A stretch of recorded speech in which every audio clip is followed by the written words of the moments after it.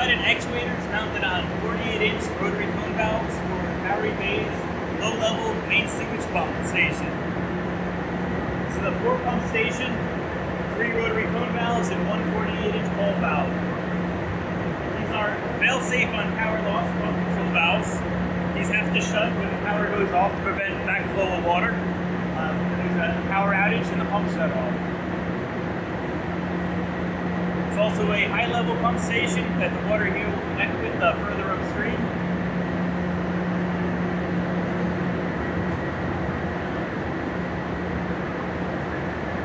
So these were mounted horizontally.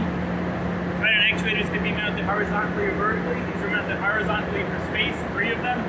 Then we have 1 that's mounted vertically. Also because that was the room that was available. These have local control panels on the pump floor level, as well as the main control panels upstairs.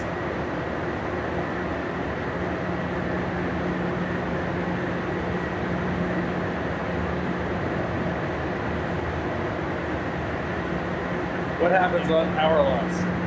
So these actuators fail-safe close on power loss.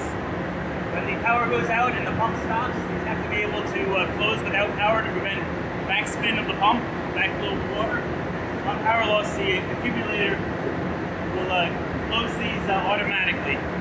There's a stored energy and a charged accumulator, which is charged with about 2,500 psi. When the power goes out, the normally open solenoid valve will open up and direct the fluid from the accumulator to the closed end of the cylinder.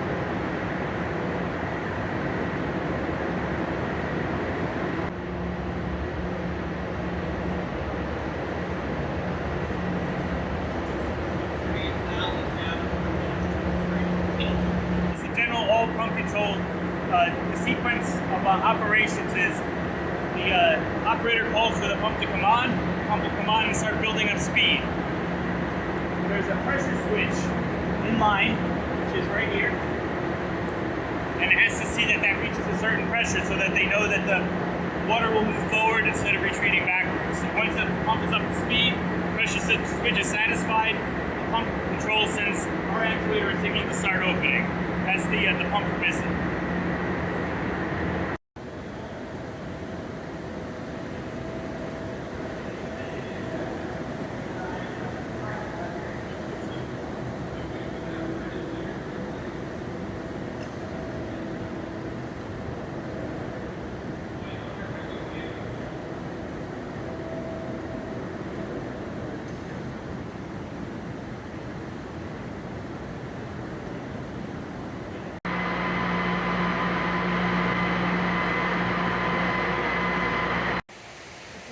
Secondary bypass gate actuator. The purpose of this gate is to expand the capacity, the wet weather capacity of the plant, and it will direct water around the aeration tanks from the primary tanks and send it directly to the final tanks.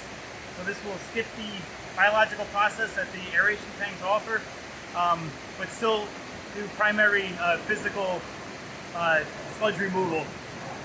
So get you 95% of the way there. This is not fail-safe. This has to be operated through the, I believe there's only controls in that building there. This has to be operated in person, and this is fail-set on power loss. So it can be operated with the hand pump or from the control panel inside.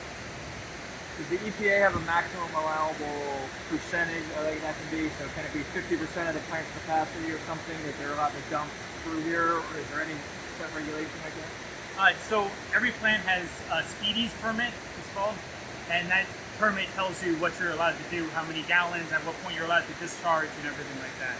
Type of treatment. So every plant is permitted a little bit differently based on its situation, and that's decided by the state.